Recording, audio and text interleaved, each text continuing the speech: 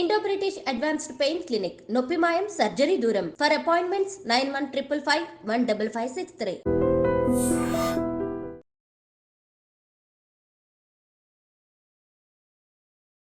Welcome to the second episode of the paper reading అన్న టాపిక్లో మనము తెలుసుకోవాల్సిన విషయాలు సీక్వెన్స్గా మనం ప్రజెంట్ చేస్తున్నాం కదా.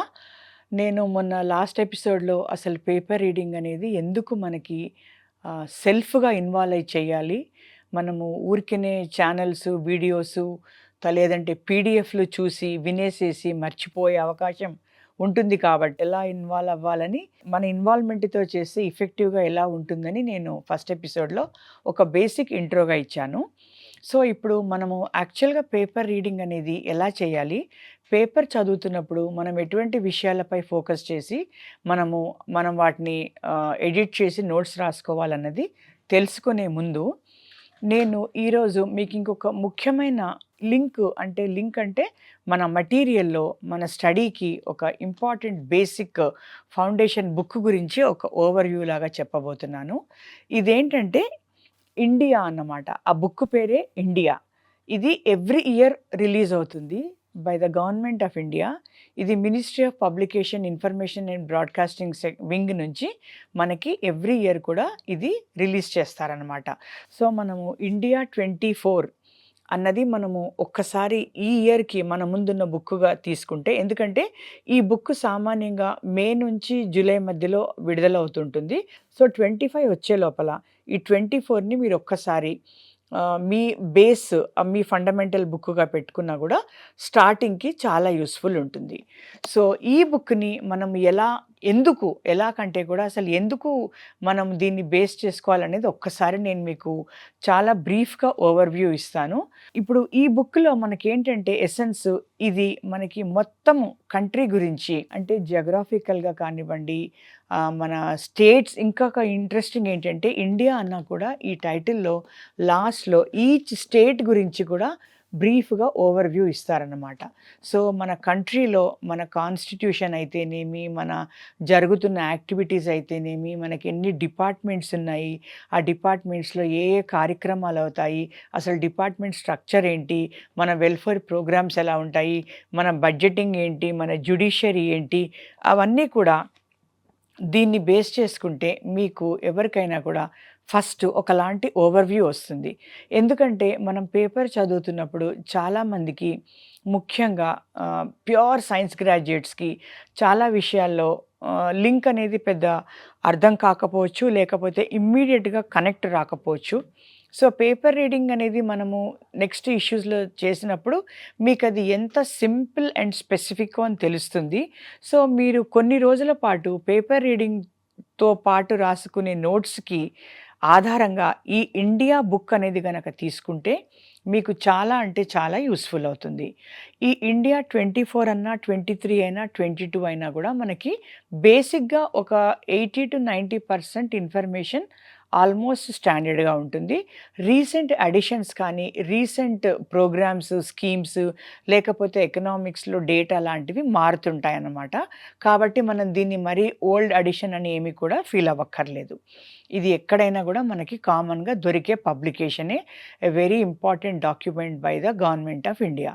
So coming to what exactly this book మనకి బేసిక్గా ఎలా ఉంటుంది అని నేను మీకు చెప్పడానికి ఒక ప్రయత్నంలో ఏంటంటే, ఈ బుక్లో బేసిక్గా మనకి ఆల్మోస్ట్ ఇంపార్టెంట్ ఒక 31-32 సెక్షన్స్ అని చెప్పొచ్చు, చాప్టర్స్ అని చెప్పొచ్చు. ఈ చాప్టర్స్ ఏంటంటే department wise, subject wise layout ఇస్తారు. ఫర్ ఎగ్జాంపుల్ ఫస్ట్ చాప్టర్ కనుక మనం తీసుకుంటే మన కంట్రీ గురించి ల్యాండ్, పీపుల్ అండ్ జ్యూరిస్ప్రుడెన్స్, అంటే మన పాలిటీ, మన కాన్స్టిట్యూషన్ గురించి చెప్పడం బ్రీఫ్గా జరుగుతుంది. దాంట్లో చూడండి, ఫర్ ఎగ్జాంపుల్ ఇప్పుడు సిటిజన్షిప్ యాక్ట్ అన్నది చాలా కూడా బర్నింగ్ ఇష్యూగా ఉంది. మనకి పేపర్లో సిటిజన్షిప్ యాక్ట్ గురించి ఎక్కడైనా కూడా మనం చదవడం జరిగితే పేపర్లో, దానికి మనకి బేస్ ఇన్ఫర్మేషన్ ఉందనుకోండి, కనెక్ట్ ఈజీ అవుతుంది. ఈ సిటిజన్షిప్ యాక్ట్ జస్ట్ ఒక పేరా కంటే ఎక్కువ లేదు మీరు గమనించినట్లయితే. సో ఈ విధంగా మనకి బుక్ మనకి కంటిన్యూటీకి చాలా యూస్ఫుల్ అవుతుంది అనమాట. అదేవిధంగా మనము మొత్తం అసలు గవర్నమెంట్ ఆఫ్ ఇండియా ఫంక్షన్ ఎలా ఉంటుంది? ముఖ్యంగా మీరందరూ కూడా ఫ్రెష్ గ్రాడ్యుయేట్స్ కదా! మీకు చాలా వరకు కూడా అసలు ఏంటి డిపార్ట్మెంట్స్ ఏంటి? అసలు ఎన్నుంటాయి అన్నది కూడా ఒక్కోసారి కన్‌ఫ్యూజింగ్‌గా ఉంటుంది. ఓవర్‌లాప్ అయ్యి అవగాహన ఉండదు కదా! ఈ బుక్‌లో చాలా నీట్‌గా అసలు గవర్నమెంట్ ఆఫ్ అనేది ఇండియా అంటే ఇండియా లెవెల్‌లో ఎలా రన్ అవుతుంది? మినిస్ట్రీస్ ఎలా ఉంటాయి? ప్రైమ్ మినిస్టర్ కింద క్యాబినెట్ మినిస్టర్స్ ఉంటారు కదా! ఆ మినిస్టర్స్ యొక్క మినిస్ట్రీస్ ఎలా ఉంటాయి? వాళ్ళు వర్క్ చేసే డిపార్ట్మెంట్ స్ట్రక్చర్ ఎలా ఉంటుంది? వాళ్ళు డీల్ చేసే సబ్జెక్ట్స్ ఎలా ఉంటాయి? అన్నది చాలా వివరంగా అంటే చాలా సింపుల్‌గా యాక్చువల్‌గా వివరంగా అనే కంటే చాలా సింపుల్‌గా మెన్షన్ చేయడం జరిగింది. సో, ఇది గనక మీరు చూస్తే మనకు దాదాపు ఈ 60 మినిస్ట్రీస్ అండ్ డిపార్ట్మెంట్స్ ఉన్నట్టు అర్థమవుతుంది. సో, మీరు ఎప్పుడైనా మళ్ళీ పేపర్‌లో ఈ మినిస్ట్రీ, ఈ డిపార్ట్మెంటు, ఈ స్కీము, ఈ ఫ మా స్ ప్రాజెక్టు లేదా ఈ అవార్డు అంటే మీరు ఇమ్మీడియేట్‌గా కనెక్ట్ అవ్వడానికి యూజ్ అవుతుంది. సో, ఈ విధంగా మనకి ల్యాండ్ అండ్ పీపుల్ అనే చాప్టర్ నుంచి బేసిక్ ఇన్ఫర్మేషన్ వచ్చినట్లుగానే ఇప్పుడు నెక్స్ట్ ఫర్దర్ డౌన్ ఈ బుక్‌లో గనక మనం సీక్వెన్స్ ఫాలో అవుతే బిల్డింగ్ హ్యూమన్ రిసోర్సెస్ అన్న దాంట్లో మనకి వెల్ఫేర్ ఓరియంటేషన్ గురించి కూడా చాలా బ్రీఫ్‌గా చెప్పడం జరుగుతుంది రాదర్. ఎందుకంటే వెల్ఫేర్ స్కీమ్స్ అనేవి the governance is about doing welfare for the common men కాబట్టి welfare schemes become very important కదా! అయితే ఈ వెల్ఫేర్ స్కీమ్స్ వచ్చేటప్పటికి మాత్రం ప్రతి ఏడాది కూడా కొత్తవి యాడ్ అవుతుంటాయి. పాత వాటి అచీవ్‌మెంట్స్ గురించి ఫిగర్స్ మారుతుంటాయి. సో, మనం వీటిని అప్డేట్ చేసుకోవాలి. కానీ మనం వెల్ఫేర్ సెక్షన్‌కెళ్తే మాత్రం మనకి వెంటనే కూడా ఆ వెల్ఫేర్ సెక్షన్‌లో ఏమున్నాయి అన్నది మనకి ఒక ఐడియా వచ్చేస్తుంది. అదేవిధంగా మనకి స్కిల్ డెవలప్‌మెంట్ అన్నది ఇప్పుడు మనం తెలంగాణ గవర్నమెంట్‌లో కూడా చాలా ప్రాముఖ్యంగా, చాలా ఫోకస్‌గా, చాలా ప్రయారిటీగా ఇస్తున్నది కదా గవర్నమెంటు. సో, అసలు స్కిల్ డెవలప్‌మెంట్ అంటే ఏంటి? మన దగ్గర స్కిల్ యూనివర్సిటీ ఉంది కదా! వేరే స్టేట్స్‌లో కూడా ఉందా? దీని గోల్ ఏంటి? కంట్రీలో దీని యొక్క అప్రోచ్ ఏంటి? అన్నది కూడా మనకి దీని ద్వారా తెలుస్తుంది. సో, ఇది labour skill development and employment అన్న ఒక చాప్టర్‌లో చాలా వివరంగా న్యూ ఇనిషియేటివ్స్ అని ప్రధానమంత్రి యోగి మాన్‌ధన్ యోజన అని ఇలా మెన్షన్ చేయబడ్డాయి. ఆత్మనిర్భర్ భారత్ అన్నది చాలామంది వినే ఉంటాము. కానీ ఆత్మనిర్భర్ భారత్ అంటే ఏంటి? అన్నది మనకు కాస్త అవగాహన కావాలంటే ఈ బుక్ మనకి ఎంతో యూజ్‌ఫుల్‌గా హెల్ప్ అవుతుంది.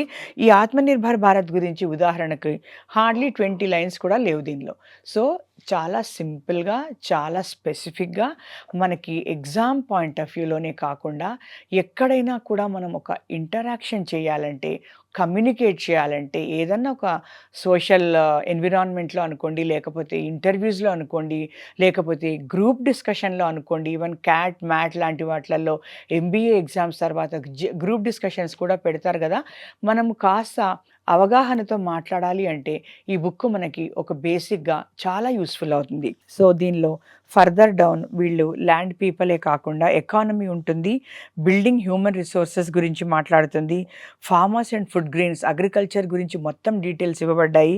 ఇన్‌ఫ్రాస్ట్రక్చర్ ప్రోగ్రామ్ ఇప్పుడు ఇన్‌ఫ్రా అన్నది చాలా పెద్ద పీట వేస్తోంది. Present central government infra related projects అన్నవి చాలా ఇంపార్టెంట్‌గా ఉన్నాయి. సో, ఆ ఇన్‌ఫ్రా ప్రోగ్రామ్స్ ఏంటి? వాటి యొక్క నేమ్స్ ఏంటి? స్కీమ్స్ ఏంటి? అని కూడా మనకి దీని ద్వారా తెలుసుకోవచ్చు. అదేవిధంగా ఎనర్జీ అండ్ ఎన్విరాన్మెంట్ అయితే మనందరికీ కూడా తెలిసిందే కదా! ఇప్పుడు biotechnology, forest, green cover, ecology ఇవన్నీ అయితే అసలు ఎంత చిన్న ఎగ్జామ్స్ ఉన్నా నా అనుభవంలో కనీసం ఒక 2, 3 బిట్స్ ఈ ఎన్విరాన్మెంట్ గురించి అడుగుతున్నారు. ఎందుకంటే ఈ ఎన్విరాన్మెంట్ ఇష్యూస్ అనేవి గ్లోబల్‌గా కాదు, చాలా ఈ కంట్రీలోనే కాదు, గ్లోబల్‌గా కూడా చాలా పెద్ద ఛాలెంజ్‌గా మనకు మారుతున్నాయి. గ్లోబల్ వార్మింగ్ అని, క్లైమేట్ చేంజ్ అని ఈ టర్మ్స్ అన్నీ మనం వింటూనే ఉంటాం కదా! సో, ఇవి అసలు ఏంటి? మన ఎంటైర్ ఎన్విరాన్మెంట్ ఎలా ఉంది? ఫారెస్ట్ కవర్ ఎలా ఉంది? మన ఫారెస్ట్ కవర్‌లో బయోడైవర్సిటీ ఎలా ఉంది? ఆ బయోడైవర్సిటీలో ఎన్ని రివర్స్, వాటి బోర్డ్స్ ఏంటి? తర్వాత మనకి స్పెషల్ యానిమల్ రిలేటెడ్ అంటే ఎండేంజర్డ్ స్పీషీస్ అంటాం కదా! వాటిని కన్జర్వేషన్ కోసం, ప్రొటెక్షన్ కోసము గవర్నమెంట్ ఆఫ్ ఇండియా ఎటువంటి స్కీమ్స్ తీసుకుంది? ఎక్కడెక్కడ తీసుకుంది? అవన్నీ కూడా మనకి బ్రీఫ్‌గా ముందు నుంచి కూడా ఈ బుక్ మనకి ఇంకొక యూజ్‌ఫుల్ ఏంటంటే ఇది ఈరోజు జరుగుతున్నవే కాదు. ఇదొక హిస్టారికల్‌గా ట్రాక్ చేస్తుందనమాట. అంటే అసలు ఈ ఇష్యూ ఎప్పటినుంచి మనకి గవర్నమెంట్ ఫోకస్ చేసింది? అది ఎప్పుడు ప్రయారిటీగా వచ్చింది? అది ఎలా ఎలా డెవలప్ అయ్యింది, ఇప్పుడున్న ప్రయారిటీ ఏంటి, ఇవన్నీ కూడా ఇది మనకి కోరిలేట్ చేస్తుంది. అదేవిధంగా మనము ఇంకొకటి చేస్తే చాలా ఇంపార్టెంట్ అయినది మనందరికీ తెలిసింది సైన్స్ అండ్ టెక్నాలజీ కదా. ఈ సైన్స్ అండ్ టెక్నాలజీలో కూడా మన ఇన్నోవేషన్స్ అన్నవి డే బై డే అయిపోతున్నాయి. అసలు సైన్స్ అండ్ టెక్నాలజీ అన్నది పార్ట్ ఆఫ్ మన డైలీ లైఫ్ అయిపోయింది. సైన్స్ అండ్ టెక్ అంటే ఎక్కడో రీసెర్చ్ ల్యాబ్లో అవుతుంది, లేదంటే ఎప్పుడో ఏదో అవుతుంది అన్నది కాకుండా మన చేతిలో పొద్దున్న లేస్తే ఉండే mobile is a perfect example of science and technology in our hands కదా. సో సైన్స్ అండ్ టెక్నాలజీ అయితేనేమి, డిజిటల్ పేమెంట్స్ అయితేనేమి, తర్వాత ఈ సైంటిఫిక్ దీనిలో ఉన్న అవార్డ్స్ అయితేనేమి, సైంటిఫిక్ ఆర్గనైజేషన్స్ అయితేనేమి, ఈ నానో సైన్స్ అండ్ టెక్నాలజీ అయితేనేమి, ఇలాగా మనకి అసలు సైంటిఫిక్లో ఎన్ని బాడీస్ ఉన్నాయి, న్యూక్లియర్ పవర్ ప్రోగ్రామ్ ఏమంటుంది మన కంట్రీది, అలానే ఇస్రో గురించి ఎంత చెప్పడము, ఎంత చెప్పినా తక్కువే అనడం ఒక ఎత్తు, అందరికీ తెలుసు చాలా విషయాలు అనడం కూడా ఇంకో ఎత్తు. కానీ ఇస్రో ప్రోగ్రామ్స్ అనేవి ఇప్పుడు డే టు డే మనకి ఇంక్రీజ్ అవుతున్నాయి కదా. అసలు ఇండియన్ స్పేస్ రీసెర్చ్ ఆర్గనైజేషన్ ఎలా ఆరిజిన్ అయింది, దాని యొక్క బ్యాక్డ్రాప్లో అసలు ఎన్ని ప్రోగ్రామ్స్ వచ్చాయి, ఇప్పుడు మనకి రాబోయే గగన్యాన్ ఏంటి వరకు కూడా ఇవన్నీ కూడా ట్రాక్ చేయడం జరిగింది. సో ఈ విధంగా ఈవెన్ స్పోర్ట్స్ కూడా. సో ఈ విధంగా ఈ పుస్తకం ద్వారా మనము ఒక నిజం చెప్పాలంటే ఒక స్ట్రాంగ్ ఫౌండేషన్ లే చేసుకోవచ్చు. మనకి పేపర్ చదువుతున్నప్పుడు ఈజీగా రిలేట్ చేసుకోవడానికి పనికొస్తుంది, లేదా పేపర్లో ఏదైనా ఇష్యూ వస్తే రెడీగా మనం వెనక్కి వెళ్ళి రెడీ రెకనర్ లాగా కూడా వాడడానికి ఇది చాలా ఉపయోగపడుతుంది. ఈ ఇష్యూలో ఇంకొక బ్యూటీ ఏంటంటే ఎక్కడికక్కడ వాళ్ళు ఇంపార్టెంట్ ఆర్గనైజేషన్స్ కానీ లేదా స్కీమ్స్ కానీ ఉన్నప్పుడు దాని యొక్క వెబ్సైట్ ఇవ్వడం జరిగింది దాని కిందే. అంటే చాలామంది ముఖ్యంగా ఈ గ్రూప్ 1 మెయిన్స్ కానీ లేదా సివిల్ సర్వీసెస్ కానీ ప్రిపేర్ అయ్యే వాళ్ళకి చాలా వరకు ఎస్సే టైప్ నోట్స్ ప్రిపేర్ అవ్వాల్సి వస్తుంది. సో వాళ్ళకి ముఖ్యంగా ఇండియన్ రైల్వేస్ గవర్నమెంట్ .in అని, అదేవిధంగా ఇస్రో వచ్చేటప్పటికి isro.in అని, ఈ విధంగా మనకి ఆర్గనైజేషన్ స్పెసిఫిక్ సైట్ లింక్స్ కూడా ఇచ్చారు. మనం ఎప్పుడైనా సరే వాటిని మనము లింక్ అయ్యి దాని ద్వారా ఇప్పుడు అక్కడ జరుగుతున్న లేటెస్ట్ ఆర్టికల్ మోడ్లో కూడా ఇన్ఫర్మేషన్ తీసుకోవచ్చు. సో ఈ సెకండ్ ఎపిసోడ్లో మనము పేపర్ని డీటెయిల్గా ఎలా చదవాలో తెలుసుకునే ముందు ఈ ఇండియా బుక్ అనేది బేస్ ఎలా చేసుకోవాలో తెలుసుకున్నాం కదా. నేను పేపర్ చదవడంతో పాటు మనకి ఇంకా 2 ముఖ్యమైనవి ఎలా ఉంటాయంటే, ఇంటర్నేషనల్ లెవెల్లో మనకి ఇంటర్నేషనల్ రిలేషన్స్ గురించి కాకపోయినా అసలు ఇంటర్నేషనల్ లెవెల్లో ఇంటర్నేషనల్ బాడీస్ ఏంటి, ఆర్గనైజేషన్స్ ఏంటి, తర్వాత ముఖ్యంగా ఈ ట్రీటీస్ అంటే అగ్రిమెంట్స్ ఏంటి ఎన్విరాన్మెంట్ ఉద్దేశంగా. మొన్న రీసెంట్గా కాప్ అనేది న్యూస్లో ఉంది, చాలా అది మనం తెలుసుకోవాలి దాని బ్యాక్గ్రౌండ్. అదేవిధంగా world bank, monetary funds, UNESCO, ఇవన్నీ ఒక ఎపిసోడ్ చేసి ఆ తర్వాత నేను మీకు పేపర్ని హ్యాండ్ హోల్డింగ్ చేస్తాను. సో మీరు ఈ సెకండ్ ఎపిసోడ్ని కూడా ఫాలో అయ్యి యూస్ఫుల్గా ఫీల్ అవుతారని నేను హోప్ చేస్తున్నాను. Thank you.